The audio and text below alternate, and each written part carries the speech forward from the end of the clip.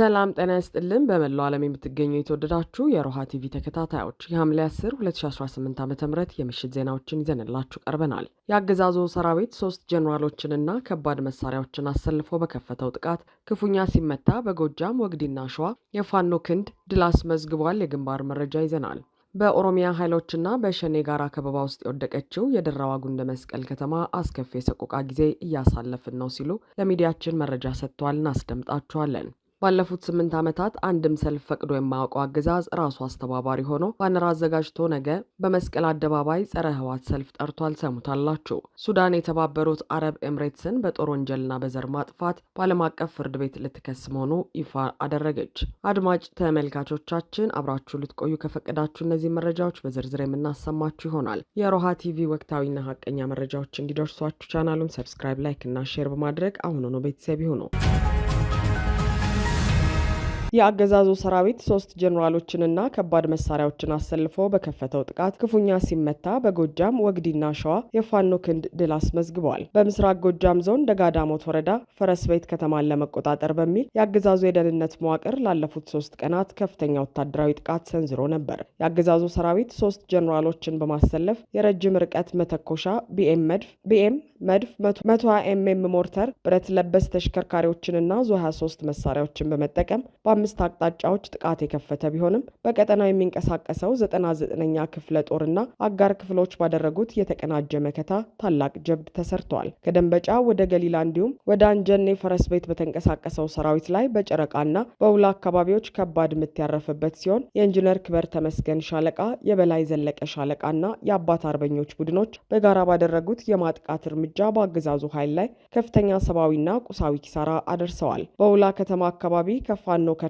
ከመንግስት ጎን ተሰልፈው በነበሩ ግለሰቦች ላይ እርምጃ የተወሰደ ሲሆን በርካታ የነፍስ ወከፍ መሳሪያዎችና ተተኳሾች መማረካቸው ተረጋግጧል። ቤተ አማራ ግንባር በሚኒሊክ እዝ 105ኛ ኮር ስር የሚንቀሳቀሰው 45ኛው መብረቅ ክፍለ ጦር በወግዲ ወረዳ ሰማይ ስር ታላቅ ወታደራዊ ጀብድ ፈጽመዋል። ይህ ክፍለ ጦር ከወግዲ ባሻገር ወደ አጎራባች ወረዳዎችና ወንዝ ተሻግሮ እስከ ደራና መርጦ ለማርያም በመጓዝ ድንገተኛ የመብረቅ እሳት ስልት በመጠቀም በአገዛዙ ሰራዊት ላይ ነጎድጓዳማ ጥቃት ፈጽሟል። ጠላት ጓዙንና ካዝናውን እንኳን ለመሰብሰብ ጊዜ እንዳያገኝ በማድረግ በመምታት አፈራስግጠውታል። በሸዋ ጠቅላይ ግዛት በኤፍራታና ግድም አካባቢ ከኦሮሞ ብሔረሰብ ዞን መነሻውን አድርጎ የዘረፋና የንብረት ውድመት ለመፈጸም የመጣውና የብልጽግና ፖሊስ፣ ሰላም አስከባሪና ሚሊሻ የተሰባሰቡበት የጥፋት ኃይል በፋኖ ታጣቂዎች ተመቶ መፈርጠጡ ታውቋል። የአፋብን ሸዋ ጠቅላይ ግዛት አሳምነው እዝ የህዝብ ግንኙነት መምሪያ እንደገለጸው ሐምሌ 9 2018 ዓ.ም በጤና ሰንበቴ አካባቢዎችን አልፎ ወደ አርሶ አምባና ዘንቦ በመግባት በንጹሃን ገበሬዎች ላይ ጥቃት የተከፈተውን ይህንን ኃይል የአባት አርበኞች ጦር እንዳለ ሻለቃና የ7 ክፍለ ጦር ሻምበሎች በጋራ መክተው አባረውታል። እዙ ይህንን ጥቃት የታቀደ የዘር ማጽዳት ዘመቻ ሲል የፈረጀው ሲሆን ለተሰዉት ሰማዕታትም ከፍተኛ ክብር ሰጥቷል። በኦሮሚያ ኃይሎችና በሸኔ ከበባ ውስጥ የወደቀችው ጉንደ መስቀል ደራ ከፍተኛ ግፍና ዘር ፍጅት እየተፈጸመባቸው እንደሆነ ገለጹ። በግድ በኦሮሚያ ክልል መዋቅር ውስጥ እንድትካተት በተደረገችው ታሪካዊቷ የደራ ወረዳ ጉንደ መስቀል ከተማ የሚኖረው የአማራ ሕዝብ በአገዛዙ ሰራዊት በኦሮሚያ ልዩ ኃይልና በኦነግ ሸኔ የጋራ ጥምረት እጅግ አደገኛ ከበባ ውስጥ መውደቁንና የስቃይ ጥግ ላይ መድረሱን ለሮሃ ቲቪ ገልጸዋል። ከአካባቢው ማህበረሰብ የደረሰን መረጃ እንደሚያመለክተው የጉንደ መስቀል ሕዝብ ላለፉት 7 ዓመታት ከዞን ከተማዋ ፍቼ እንዲሁም ከዋና ከተማ አዲስ አበባ የሚያገናኘው ዋነኛ የትራንስፖርት መስመር በማንነቱ ምክንያት ብቻ ተዘግቶበት በከፍተኛ እገታ፣ ግድያና ዘረፋ ውስጥ እንዲኖር ተፈርዶበታል። በአሁኑ ወቅት ከተማዋ ሙሉ በሙሉ በእነዚህ ኃይሎች የተከበበች ሲሆን ሌሊት ወደ ከተማዋ በሚገቡ ታጣቂዎች ንጹሃን አርሶ አደሮችና ነጋዴዎች እየታገቱና ንብረታቸው እየተዘረፈ ማህበረሰቡ የታጣቂዎቹ ዋነኛ የገንዘብ ምንጭ እንዲሆን ተገዷል። የዚህ ሁሉ ጥቃት መነሻው ማህበረሰቡ የአማራ ማንነት ጥያቄ አንስታችኋል በሚል በአገዛዙ መፈረጁና በአካባቢው የሚገኘውን አማርኛ ተናጋሪ ህዝብ ሁሉ በጅምላ በፋኖነት በመፈረጅ ስልታዊ የዘር ፍጅትና ማጽዳት ዘመቻ ስለታወጀበት እንደሆነ የአካባቢው ነዋሪዎች ይመሰክራሉ። ሁኔታው እጅግ አሳሳቢ ደረጃ ላይ በመድረሱ ማህበረሰቡ ሌሊት በመኖሪያ ቤት ውስጥ መተኛት ባለመቻሉ ራሱን ከድንገተኛ እገታና ግድያ ለመጠበቅ ሲል በከተማዋ መሀል እየሸሹ በጅምላ በጋራ እየተሰበሰቡ እያደሩ እንደሚያሳልፉ በከባድ ሀዘን ገልጸዋል። ይህ በደራ ወረዳ ጉንደ መስቀል ላይ የተደቀነው የህልውና አደጋ በአስቸኳይ የፋኖ አርበኞችና መላው የኢትዮጵያ ህዝብ ትኩረት እንዲሰጠውና ፈጣን የነፍስ አድን እርምጃ እንዲወሰድ ማህበረሰቡ ጥሪውን እያስተጋባ ይገኛል።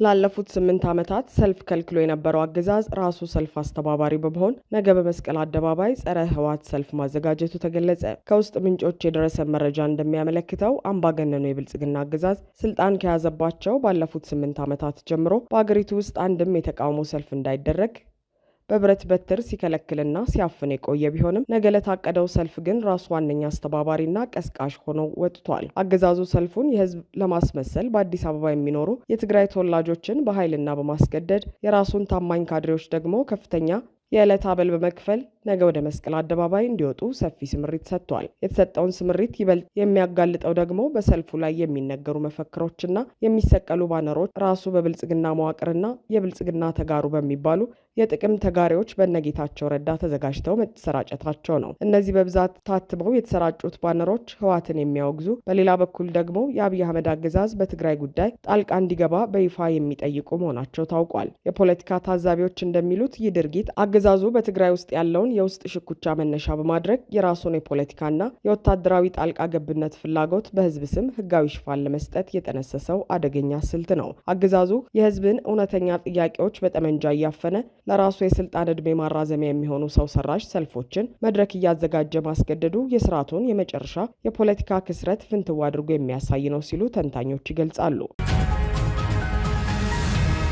የሱዳን መንግስት በተባበሩት አረብ ኤምሬትስ ላይ በአሜሪካና በዓለም አቀፍ ፍርድ ቤቶች ክሶችን ለመመስረት ማቀዱን አስታወቀ። የሱዳን የፍትህ ሚኒስትር አብድላ ዲሪፍ በትናንትናው ዕለት በሰጡት መግለጫ ኤምሬትስ በአማጺው የፈጥኖ ድራሽ ድጋፍ ሰጪ ኃይል አርኤስኤፍ በኩል በሱዳን ህዝብ ላይ ለምታደርገው ጥፋት ያለምንም ጥርጥር ጥፋተኛ የሚያሰኝ በቂ ማስረጃ መያዙን አረጋግጠዋል። ሱዳን ልትከስ እንደሆነ የተሰማው በተባበሩት መንግስታት ድርጅት ሱዳንን በምክትልነት የወከሉት አማር መሐመድ ማህሙድ ዓለም አቀፉ የወንጀለኞች ፍርድ ቤት በዳርፉር የተፈጸሙ ወንጀሎችን በተመለከተ የሚያደርገው ምርመራ ኤምሬትስንና ሌሎች የውጭ ተዋንያንንም እንዲያካትት በጥብቅ በጠየቁ ማግስት ነው። ሱዳን የምትመሰርታቸው ክሶች የጦር ወንጀል፣ በሰብአዊነት ላይ የሚፈጸሙ ወንጀሎችን፣ የዘር ማጥፋትን፣ ህገወጥ የጦር መሳሪያ አቅርቦትን እንዲሁም ቅጥረኛ ወታደሮችን መመልመልንና ማሰልጠንን ያካተቱ ናቸው። በፈጥኖ ደራሽ ኃይሉ ላይ የሚቀርቡ ዓለም አቀፍ ክሶችን የሚከታተለው ኮሚቴ ሰብሳቢ በበኩላቸው ከሄሜቲ ኃይሎች የተማረኩ ዘመናዊ የጦር መሳሪያዎችንና የስለላ ስትራቴጂካዊ ድሮኖችን በሰነድ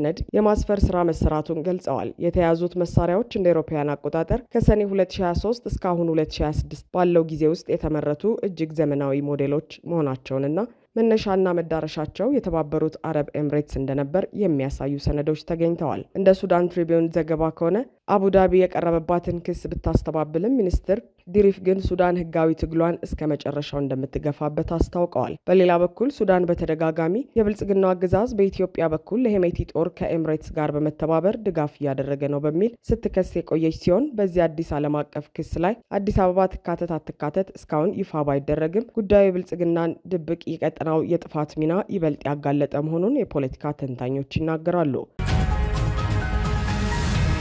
የአገዛዙ ሰራዊት 3 ጀኔራሎችንና ከባድ መሳሪያዎችን አሰልፎ በከፈተው ጥቃት ክፉኛ ሲመታ በጎጃም ወግዲና ሸዋ የፋኖ ክንድ ድል አስመዝግበዋል። በምስራቅ ጎጃም ዞን ደጋዳሞት ወረዳ ፈረስ ቤት ከተማን ለመቆጣጠር በሚል የአገዛዙ የደህንነት መዋቅር ላለፉት 3 ቀናት ከፍተኛ ወታደራዊ ጥቃት ሰንዝሮ ነበር። የአገዛዙ ሰራዊት 3 ጀኔራሎችን በማሰለፍ የረጅም ርቀት መተኮሻ ቢኤም መድፍ 120 ኤምኤም ሞርተር፣ ብረት ለበስ ተሽከርካሪዎችንና ዙ 23 መሳሪያዎችን በመጠቀም በ5 አቅጣጫዎች ጥቃት የከፈተ ቢሆንም በቀጠናው የሚንቀሳቀሰው 99ኛ ክፍለ ጦርና አጋር ክፍሎች ባደረጉት የተቀናጀ መከታ ታላቅ ጀብድ ተሰርተዋል። ከደንበጫ ወደ ገሊላ እንዲሁም ወደ አንጀኔ ፈረስ ቤት በተንቀሳቀሰው ሰራዊት ላይ በጨረቃና በውላ አካባቢዎች ከባድ ምት ያረፈበት ሲሆን የኢንጂነር ክበር ተመስገን ሻለቃ፣ የበላይ ዘለቀ ሻለቃና የአባት አርበኞች ቡድኖች በጋራ ባደረጉት የማጥቃት እርምጃ በአገዛዙ ኃይል ላይ ከፍተኛ ሰብአዊና ቁሳዊ ኪሳራ አደርሰዋል። በውላ ከተማ አካባቢ ከፋኖ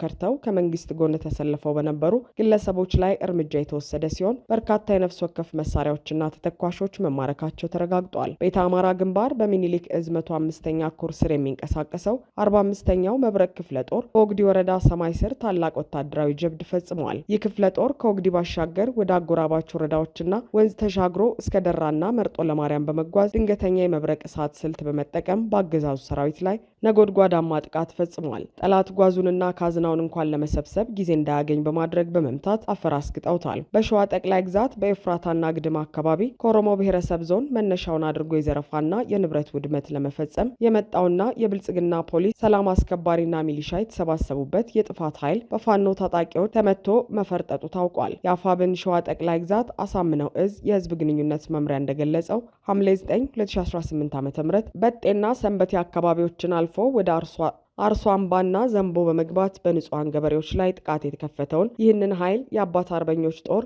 እንዳለ ሻለቃና የ7 ክፍለ ጦር ሻምበሎች በጋራ መክተው አባረውታል። እዙ ይህንን ጥቃት የታቀደ የዘር ማጽዳት ዘመቻ ሲል የፈረጀው ሲሆን ለተሰዉት ሰማዕታትም ከፍተኛ ክብር ሰጥቷል። አድማጭ ተመልካቾቻችን የሰዓቱ የሮሃ ቲቪ ዜናዎች የተከታተላችኋቸውን ይመስሉ ነበር። አብራችሁን ስለነበራችሁ ከልብ እናመሰግናለን። ሰላም።